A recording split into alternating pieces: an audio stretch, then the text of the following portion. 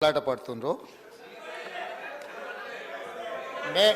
మేము ఎప్పుడు కూడా చావు నోట్లో తలబెట్టి తెలంగాణ సాధించినమని మేము ఎప్పుడు చెప్పుకోలే.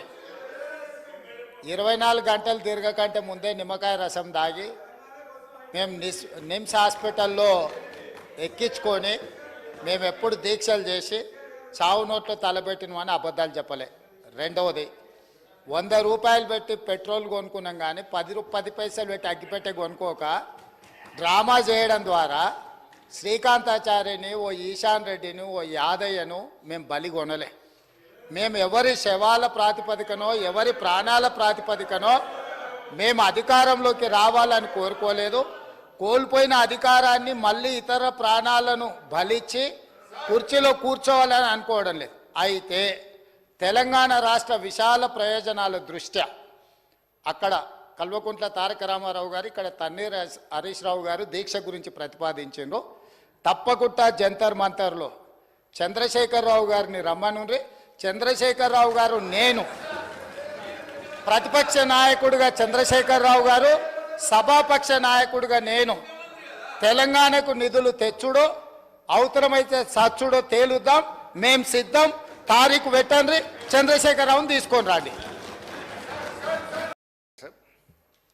ముందు కేటీఆర్ గారు చెప్పారు, నేను మళ్ళీ చెప్తున్నాను. ఈరోజు కేంద్ర బడ్జెట్లో తెలంగాణకు తీవ్రమైన అన్యాయం జరిగిన మాట వాస్తవము. మీరు రిజల్యూషన్ ప్రవేశపెడితే దాన్ని ఏకగ్రీవంగా పాస్ చేయడానికి మేము సిద్ధంగా ఉన్నాము. 2, మీరు ఢిల్లీకి అఖిలపక్షం తీసుకువెళ్తే మీ వెంట రావడానికి సిద్ధంగా ఉన్నాము. ఢిల్లీలో ధర్నా చేద్దామంటే మేము కూడా మీతో పాటు ధర్నా చేయడానికి సిద్ధంగా ఉన్నాము.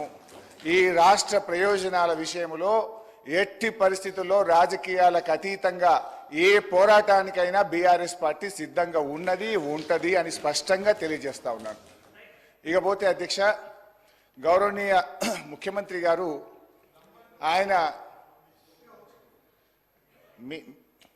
గౌరవనీయ ముఖ్యమంత్రి గారు ఆ మధ్య మాట్లాడుతూ రుణమాఫీ గురించి హరీష్ రావు దీక్ష చేయాలన్నాడు, నిరుద్యోగుల గురించి కేటీఆర్ దీక్ష చేయాలన్నాడు.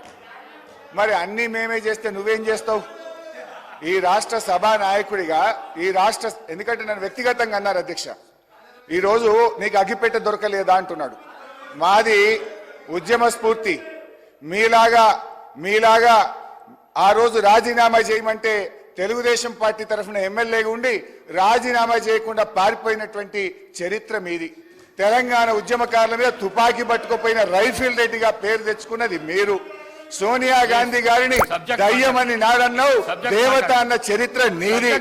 రాహుల్ గాంధీ గారిని ఆనాడు పప్పు అన్నావు, ఈనాడు పిఎం క్యాండిడేట్ అంటున్నావు. నేనేమంటున్నా సార్, దయచేసి నేను చెప్పేది సీఎం గారు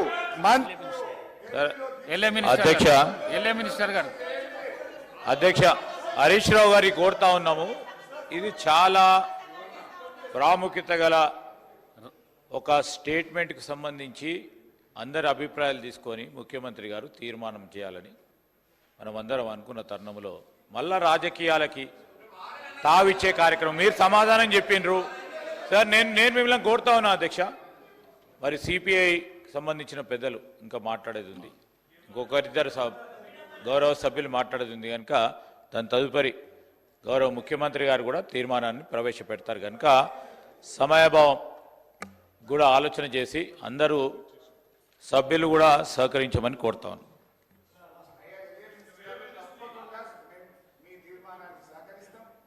ఏకగ్రీవంగా పాస్ చేయడానికి సహకరిస్తాం. అయితే నేను ఒకటే సభానాయకుడికి నేను కోరేది సార్, మా ట్రాక్ రికార్డు ఉంది. గడ్డిపోచల్లాగా మా నాయకుడు చెప్తే 2 సార్లు ఎమ్మెల్యే పదవికి రాజీనామా చేసిన చరిత్ర నాది, మంత్రి పదవికి రాజీనామా చేసిన చరిత్ర నాది. కానీ మీరు మా ఉద్యమ స్ఫూర్తిని ఈ రకంగా అవమానపరిచేది సభ రికార్డు నుంచి తొలగించాలని మిమ్మల్ని కోరుతున్నా అధ్యక్ష. కేసీఆర్ గారిని రమ్మంటుండ్రు. కేసీఆర్ గారు చావు నోట్లో తలబెట్టి కానే కాదని తెలంగాణ తెచ్చిండు. కేసీఆర్ ఎందుకు? నువ్వు చేయి, నీకు 1000 మంది మేము రక్షణ కవచంగా ఉంటాం. మేమందరం ఎమ్మెల్యేలం వచ్చి నీ చుట్టూ ఉంటాం. నువ్వు మీ కేబినెట్ దీక్ష చేయండి. ఆనాడు దొడ్డుబాట్లు కేంద్రం కొనకపోతే మేమందరం ప్లీజ్ కూర్చోండి.